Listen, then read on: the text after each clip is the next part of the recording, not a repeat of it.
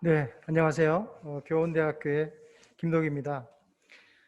저는 이 자리에서 최근에 진행되고 있는 교원 양성체제 개편 논의에서 주로 교사대 통합이라든지 교육전문대학원 방식의 체제 개편 논의에 종합교원 양성대학이라고 하는 그 아이디어도 생각해 볼 필요가 있다라고 하는 차원에서 제안을 해보도록 하겠습니다.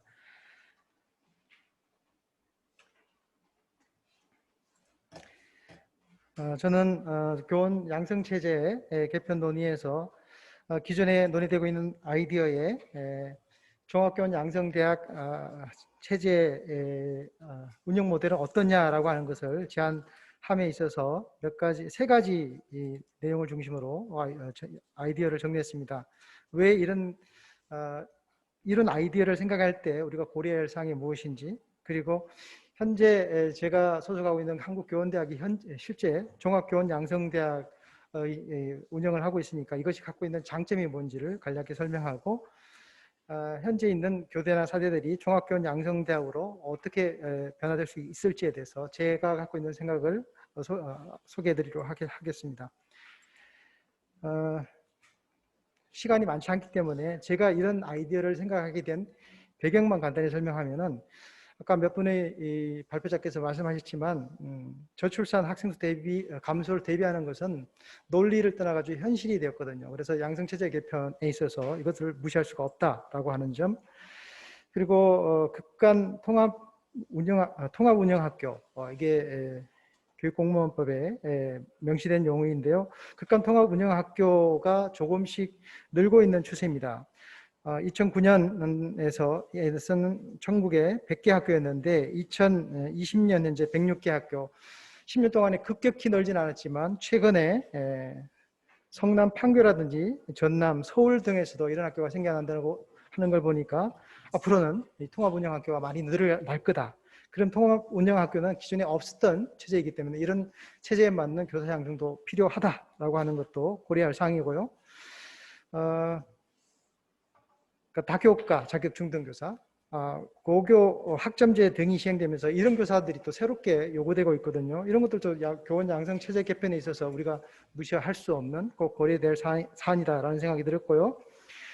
또 교원 양성을 지금까지 다양한 루트를 통해서 해오고 있는데 정예화해야 된다는 얘기를 수도 없이 많은 선배 연구자들이 해왔습니다. 그런 정예화의 하도 시대가 바뀌었다고 하더라도 우리가 놓칠 수 없는 중요한 고려사항이라고 생각했고, 교원 양성의 정예화는 부득불 국가가 체계적으로 관리하는 것과 밀접한 관련이 있다라는 생각을 하게 되었습니다. 더불어서 요즘 작은 대학들이 갖고 있는 문제죠. 대학 운영의 효율성이 굉장히 크게 문제가 되고 있습니다. 이런 점도 제고를 해야 되겠고, 더불어서 대학들이 좀 특성화될 필요가 있다는 것이죠.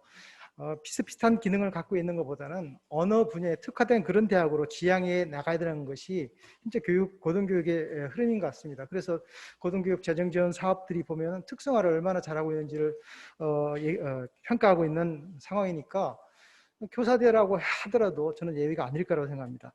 이런 것들도 고려돼야 되고요. 무엇보다 저는 오늘 여기서 강조하고 싶은 것은 교원 양성체제 개편 대안논의에서 왜 한두 가지에만 우리가 집중해서 얘기를 하느냐, 다양한 대안들을 고려해야 되지 않느냐라고 하는 점에서 저는 대안의 다양성 얘기를 좀 하고 싶었습니다.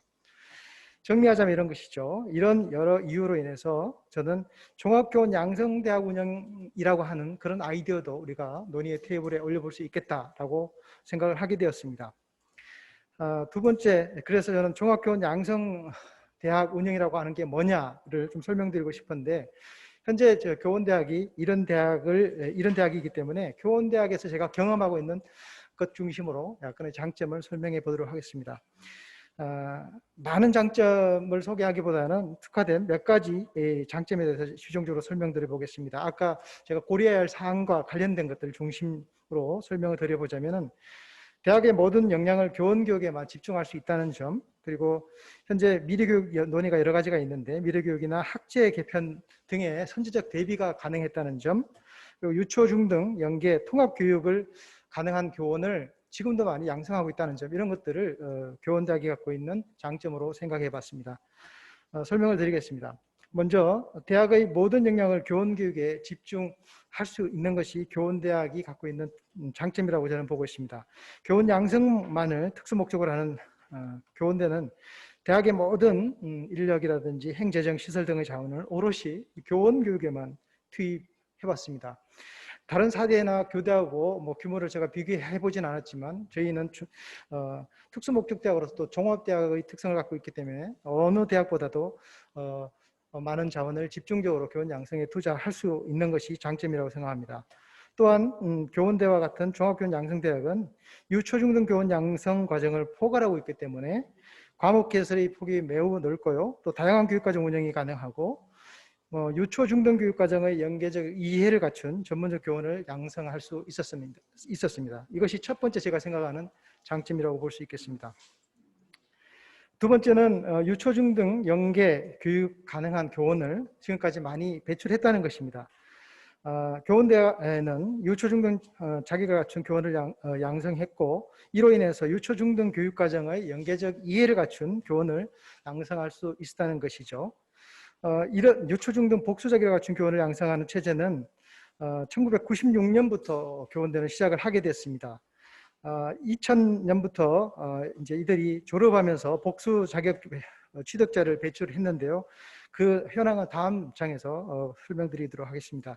이런 걸 통해서 학교 급관, 다교과 자격을 갖춘 교원이 될 수 있는 기회를 교원대는 학생들에게 충분히 제공하고 있으며 이에 따라서 사회 변화와 교원 수요 변화에 따른 맞춤형 대응이 오래전부터 가능했다라는 말씀을 장점으로 드리고 싶습니다.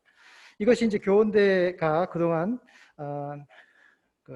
성과를 가져왔던 졸업생들의 복수자격 취득자 현황입니다. 2000년에 96년도부터 시작해서 2000년부터 졸업생을 배출했고요. 2020년까지 대략 20년 동안에 전체 통계를 보면 12,000여 명의 졸업생 중에서 유아 초등 복수자격자는 89명, 초중등 복수자격자는 877명, 중등의 다교과 복수자격 취득자는 3,100여 명으로서 졸업생의 토탈 32%가 이미 다 자격을 갖고 있는 교사를 배출했다는 거고 지금 통합학교, 시골의 초중 통합학교가 문제가 되는데 산술적으로 보면 교원대 졸업생들은 거의 다 지금 현재 재직 중에 있는 사람들입니다. 1회 졸업생이 아직도 50대 중반이니까 이들이 아직도 재직하고 있고 이 인력들을 잘만 활용하면 현재도 복수교과라든지 고교학점제라든지 초중 통합학교에서 얼마든지 쓸 수 있는 그런 자원이 있다 이런 말씀을 드립니다.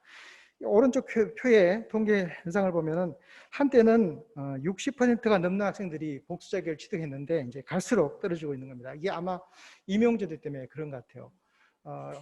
임용제도가 점점 치열해지니까 다른 교과까지 내가 공부할 수 있는 여력이 점점 줄어들어서 학생들이 선택의 폭을 좁게 하지 않았나 생각해 보고 있습니다. 그 다음 장점입니다. 제가 생각하는 장점인데 미래교육 및 학제 개편에 선제적 대비를 해왔다라고 생각하고 있습니다. 현재 유아교육을 포함한 K+6 학제라든지 543 학제라든지 또 초중등 교육을 통합한 통합운영학교 설립 등 다양한 학제 개편 방안과 고교학점제 등이 논의되고 있는데 이런 상황에 맞춰서 아까 말씀드린 대로 교원대는 지난 20여 년 동안 이런 시대에 맞는 교사를 양성해왔다는 것을 장점으로 설명드릴 수 있겠습니다. 자, 교원대가 갖고 있는 장점이 이외에도 많이 있지만 제가 고려할 사항 중심으로 엮다 보니까 여기서 이제 마무리해야 될 것 같고요. 그래서 저는 그러면은 앞으로 교사대 중심으로 어떻게 종합교원 양성대학으로 발전할 수 있느냐를 생각해 봤을 때 저는 아까 김민호 교수님이 종합대학 안에서 함께 가는 그런 방향을 제시했기 때문에 저는 밖에서 종합대학으로 발전할 수 있는 그런 방안에 대해서 말씀드려보고 그것을 독립형 종합교원 양성대학 운영 모델이라고 이름을 정했습니다. 여러 방안이 있을 수 있을 것 같습니다. 굉장히 많은 아이디어가 있을 수 있는데요. 유력한 몇 가지, 유력하다는 것은 실현 가능성보다는 이런 것들이 통합의 대안으로서 좀 우선순위가 있겠다 싶은 것들입니다. 첫 번째는 지역별 또는 거점별로 교육대학과 사범대학이 밖에서 통합해서 종합교원 양성대학을 만드는 아니고 두 번째는 그것이 지역마다 설립하기 어렵다면 권역별로 교대와 사대가 밖에서 통합해서 종합교원 양성대학을 운영하는 아니고 세 번째는 통합할 4대 내에서 종합대학 내에서 통합할 학교는 그대로 가고 또 들어가기 싫은 학교들은 희망하는 학교들끼리 뭉쳐서 종합교원 양성대학이 되는 것이고 마지막으로 이제 교육대학 중심으로 교육대학들이 지금 당장 체제 개편에 최전선에 있는 대학들인데 희망하는 교육대학들 중심으로 종합교원 양성대학으로 가는 방안이 있을 수 있다고 생각합니다.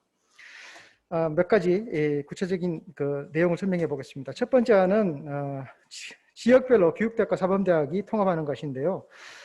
인근 지역의 교육대학과 지방 거점 국립대학의 사범대학 중심으로 통합하는 것이죠. 그래서 교원대처럼 종합교원 양성대학으로 개편하는 것이죠. 사범대학 안으로의 통합이 아니라 밖에서 통합해서 교원 양성 기능에 온전히 전념하는 그런 형태라고 볼 수 있겠습니다. 여기 표를 보시면은 교대와 지방 거점 국립대학교 사범대학 현황인데 보시면은 아시겠지만 제가 뭐 숫자를 보려고 한 건 아닌데 교육대학의 학생 정원이 사범대학보다 훨씬 많습니다. 교수나 다른 시설 자원도 훨씬 많겠죠. 이런 상황에서 사범대학 안으로 교육대학이 가는 것보다는 교육대학과 사범대학이 밖에서 만나서 통합하는 것도 하나의 아이디어가 될 수 있겠다 싶고 이렇게 함으로써 종합교원 양성, 그러니까 초등도 양성하고 중등도 양성하고 초중등 연계하는 그런 교사도 양성할 수 있겠다 싶고요.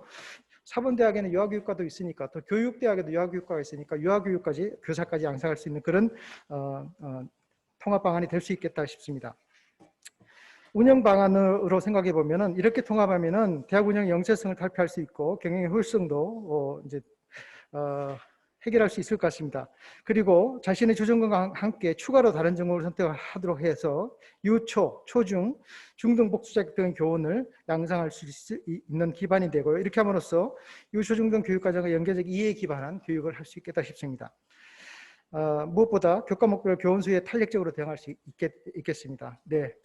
두 번째는 교육대학과 사범대학이 권역별로 뭉치는 안입니다. 표 안에 보시면은 수도권, 강원, 충청권, 호남, 제주권, 영남권 등이 교대와 사대가 합쳐서 통합할 수 있는 안입니다. 운영 방안은 대동소이합니다.